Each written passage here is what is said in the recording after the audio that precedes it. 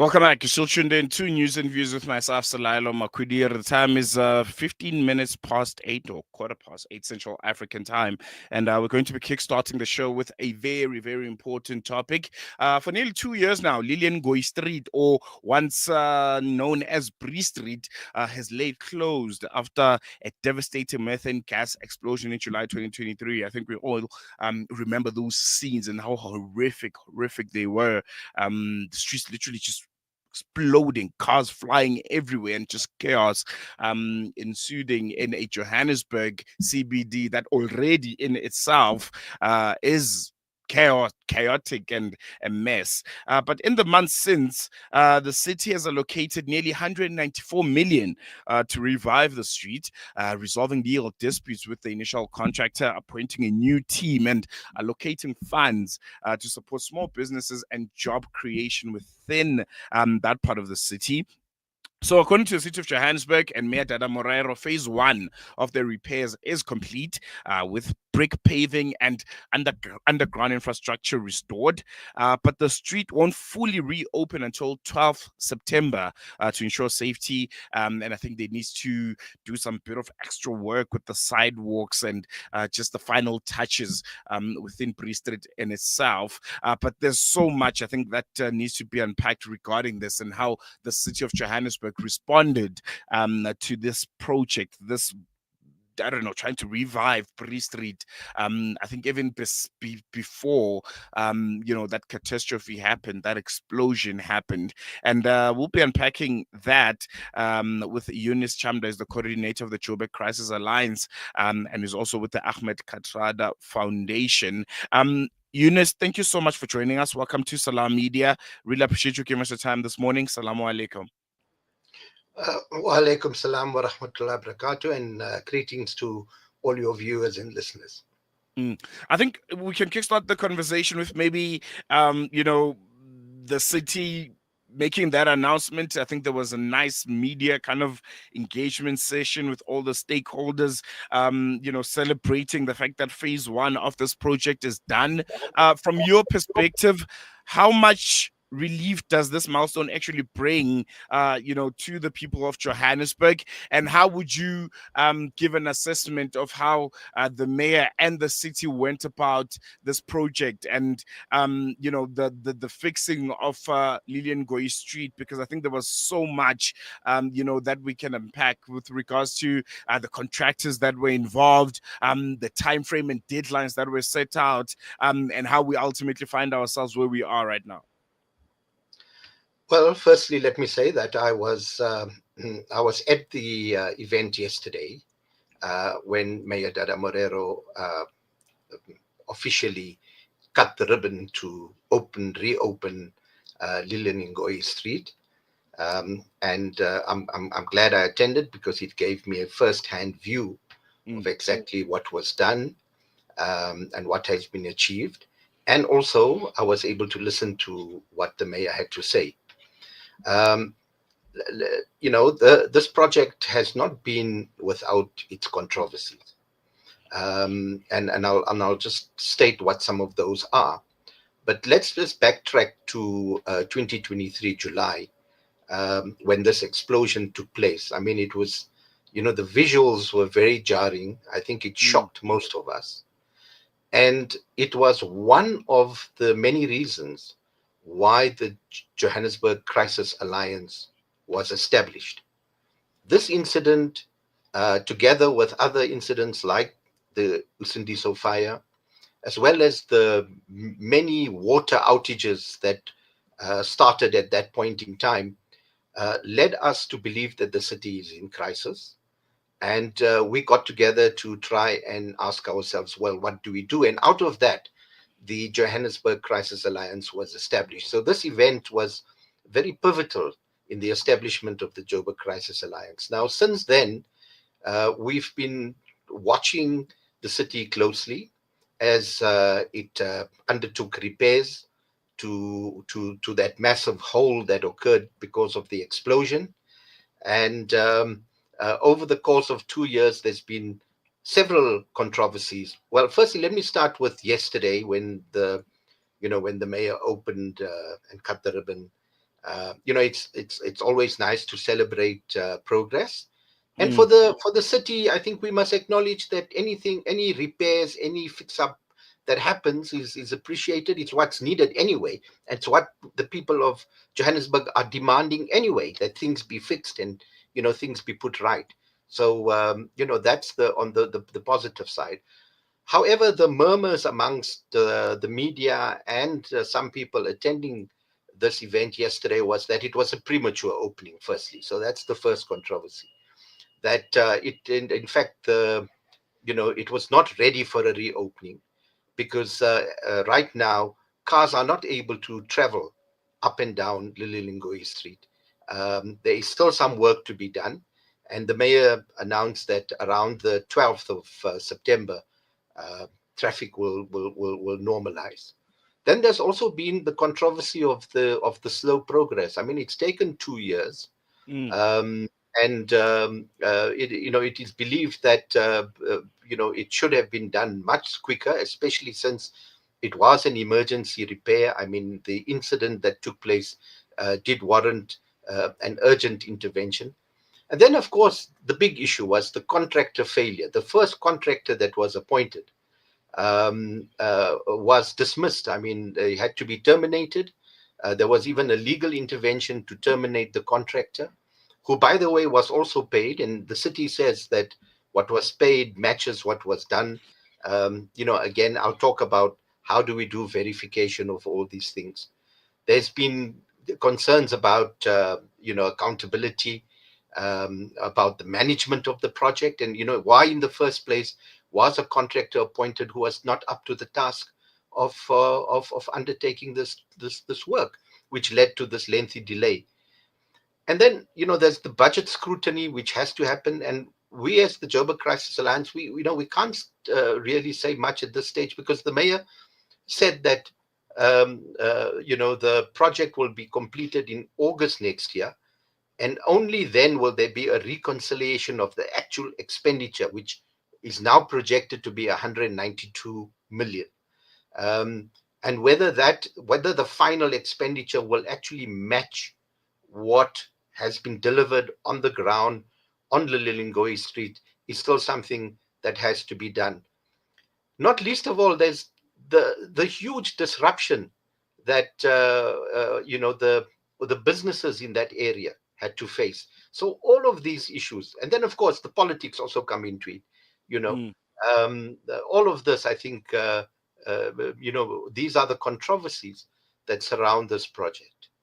Mm, mm, mm, mm. I want to touch on one that I think a lot of people, especially on social media, while they were looking at the images of this newly refurbished Bree Street, were kind of concerned about the fact that you now have brick paving that has replaced a tar road. From the city's perspective, how did they explain this move? The fact that you now have bricks instead of a traditional tar road on a very, very busy inner city road. I think this is going to be a controversy for some time, and and my view is only time will tell, because the city claims that it's more durable and it's easier to repair. Um, Visually, it is more attractive. If you look at the brick paving, it's got the reddish yellowish color. Mm, It's got a pattern, so it is visually attractive, far more attractive than just a plain black tar road.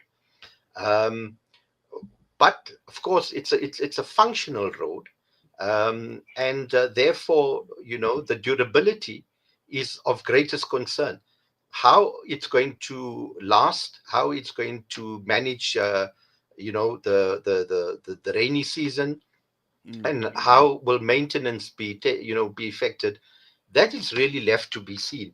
So some people think it's a good idea, and others think that it should have just been a regular tar road, and but some believe that the cost would have been far less if it had just been a regular road.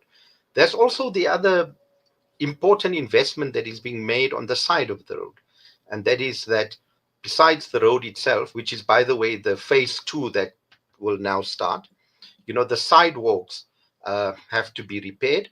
but also there are facilities on the sidewalk for traders, etc., unique traffic lights and lighting, etc. And that will only happen now as we move forward. So I'm not a technical expert, so I can't tell you whether the decision to go with the bricks that are. Mm, mm. I, I want to move on to, I think, what ultimately, resulted to us finding ourselves where we are. Just moving beyond just the bricks and the road surfaces and what was used and what was not used. Has the city's response addressed the hidden fragility that I think was exposed by that methane gas explosion, specifically the integrity of the underground infrastructure?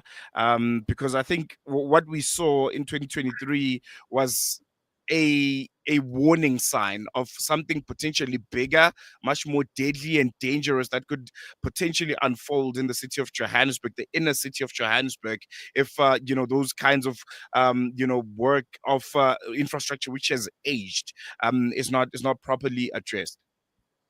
I think that's an important issue, and I think it points to the dysfunctionality in the city. I mean, any city, particularly a city like Johannesburg of its size and the facilities that it has and the budget that it manages, should at all times know what is the underground infrastructure in the city. It should know where the potential risks are, Mm, sure that the city is safe. Now, it struck me when one of the city officials yesterday, um, made the remark that this has been a learning experience for them because they now know what's under the streets. Now, I wow. thought that was a bit scary, Wow. because it shouldn't be we now know. It should have been we've always known, or we know, because that is part of our city management plan.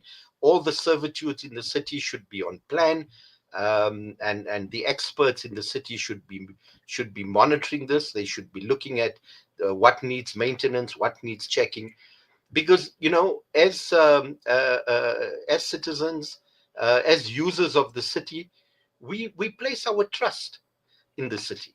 We cross bridges, we drive over bridges, we Mm, walk on the roads, trusting that it will be safe.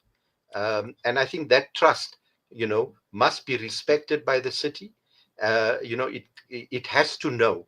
It can't say we now know. And if it is a question of we now know, the mayor said emphatically that he believes that there will not be a recurrence of this kind of an incident. And I sincerely hope he's right, because let's not forget, when this explosion took place, one life was lost and almost 40 people were injured. mm, mm, mm.